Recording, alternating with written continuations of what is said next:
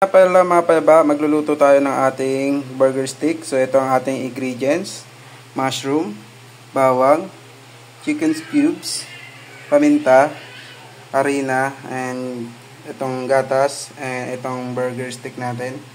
Kanina ko pa siya prinito. So magpiprito muna tayo ng ating bawang. So ayan, painitin natin ang ating kawali. Ayan, painitin muna natin. Ayan. Pag mainit-init na siya, lagay natin ang ating bawang. So ayan, lagay na natin ang ating bawang. Ayan.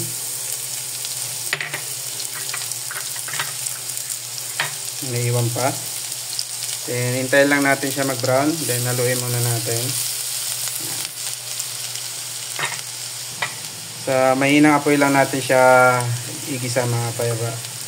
Pag ma-brown na siya mga payaba, pwede na natin siyang i-set aside. Kailangan mag-brown lang siya mga payaba. Haluin lang natin ito ng haluin para hindi siya masunog mga payaba. Kasi pag nasunog siya, is mapait yan mga payaba. Yan. Haluin lang natin ng haluin. Ang bango. Medyo masakit lang sa mata. Masarap siya mga payaba pag maraming bawang. Yan. Nakikita nyo naman, medyo nagpa-brown-brown na siya. Yan. Kanya ba yan? Yan. Magtila lang mga payaba. Medyo brown na siya. Haluin lang ng haluin.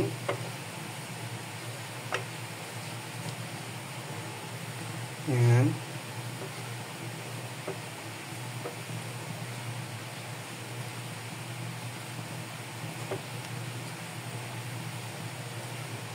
Malapit na siya mag-brown.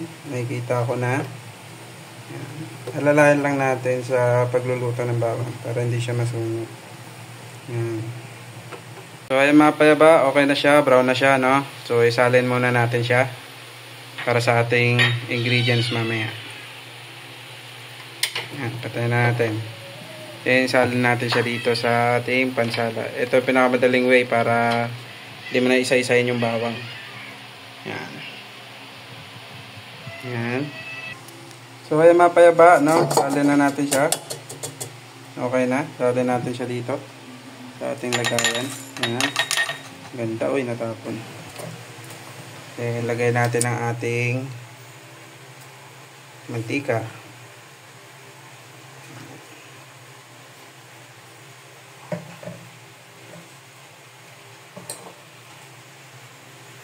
Yan, lagyan na natin mantika ang ating kawali. Hintayin lang natin uminit ang ating kawali. So ayan guys, lagyan na natin ang ating burger stick. Patty pala. Ang ating burger patty. Lagyan na natin mga boys.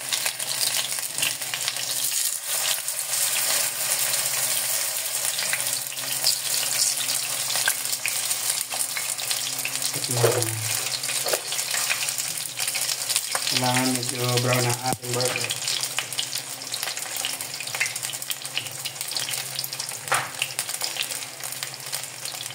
Tapos naman. Ngayon, babalik na rin natin mga payaba ang ating burger patty. Hindi kailangan masyadong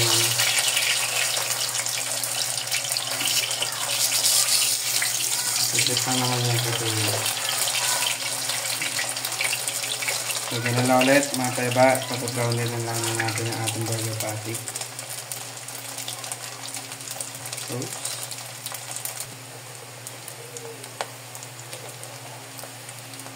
Teka lang. So ayan, nanguhin natin yung mga payaba dahil okay na siya. Set aside natin dito sa ating lagayan. Ayan.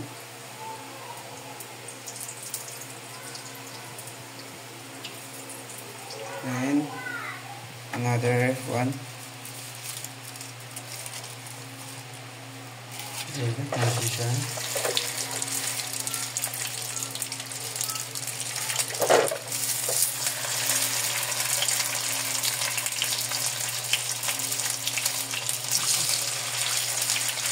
ganun lang ulit.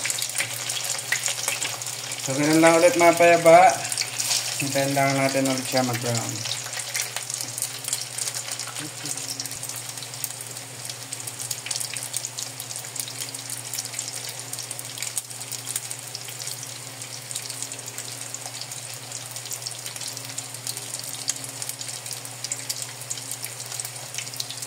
Okay.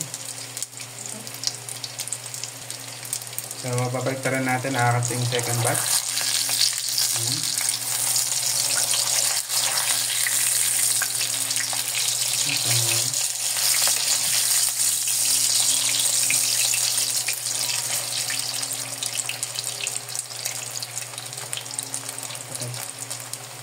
Lapit mo. So, ayan mga payaba. Okay na siya.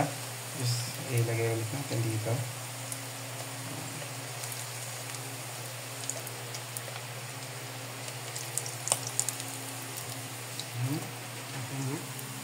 Yan, okay na siya mga payaba.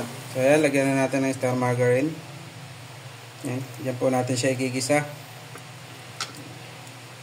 Kailangan medyo marami-rami rin. So ayan, tunawin lang natin. Tumikit. Yan. Yan. And lagyan natin ng harina. Alalay lang sa paglagay ng harina mga payaba. Hindi mo kailangan ubusin yan. Kanti pa. Yan. Bango. Kanti pa mga payaba. Yan. Okay na yan. And alalay lang din sa pag igisa ng harina sa star margarine kasi ba masunog. Haluin nyo lang yan. Halo-halo. Didikit. Na, okay na. And lagyan natin ng tubig. Halo-haloin nyo pa rin yan.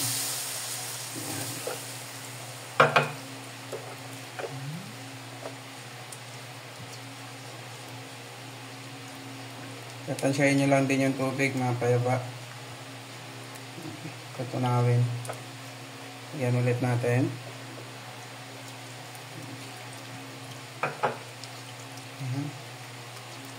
Haluin nyo lang ang haluin.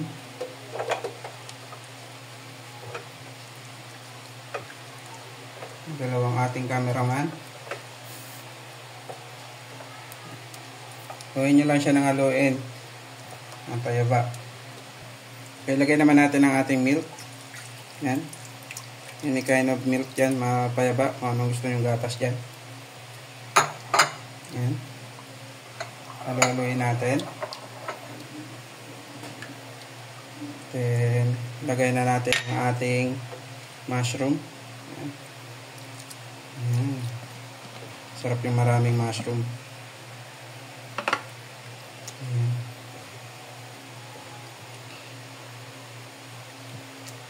Then, lagyan natin ng cubes. Kalahati lang. Kasi pagka yung isang buo mo nilagay yan, maalat na yan.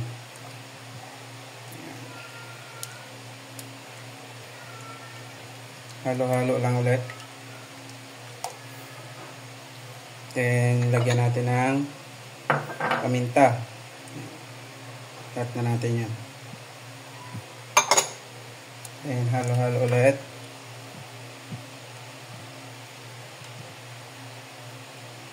Ayan.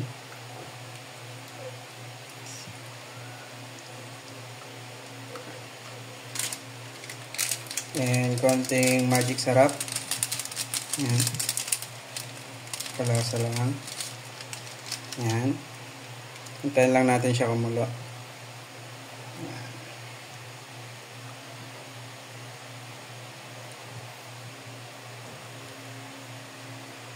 Ayan. Ganda na.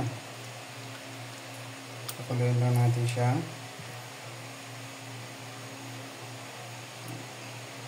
Haluin nyo lang ng haluin. natin ng konting toyo. Konti na. Yan. Pampakulay lang. Yan, nagwaluin natin.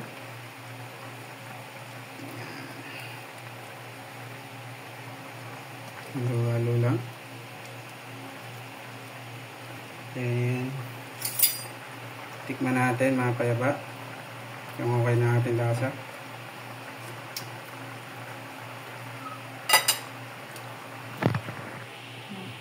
Yan.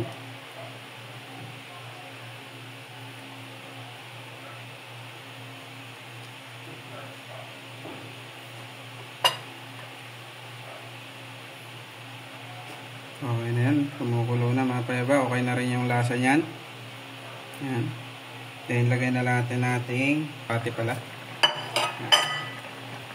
Mapaw pa. Yan. Isang kulo lang yung mga payaba. Sunod naman natin ang ating bawang. Yan.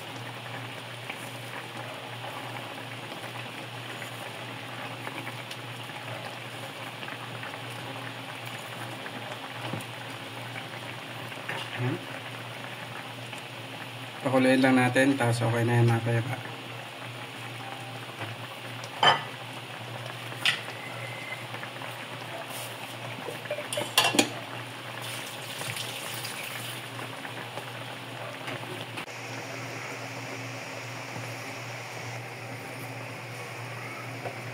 So yung mga payaba, okay na siya, tapos na siya kumulo. So ready to eat na tayo. Ayan, mga payaba, sinunod na natin sa ating plate. Ayan. Lagyan pa natin ng pampasarap yan. Para makulay.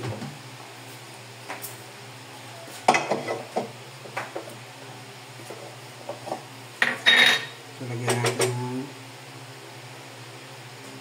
natin ng pampakulay.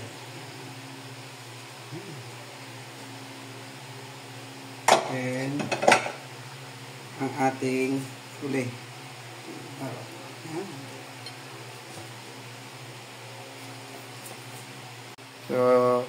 So ay mga payaba, ito na ang ating finished product. So kung nagustuhan nyo itong aking vlog, please like and share and subscribe.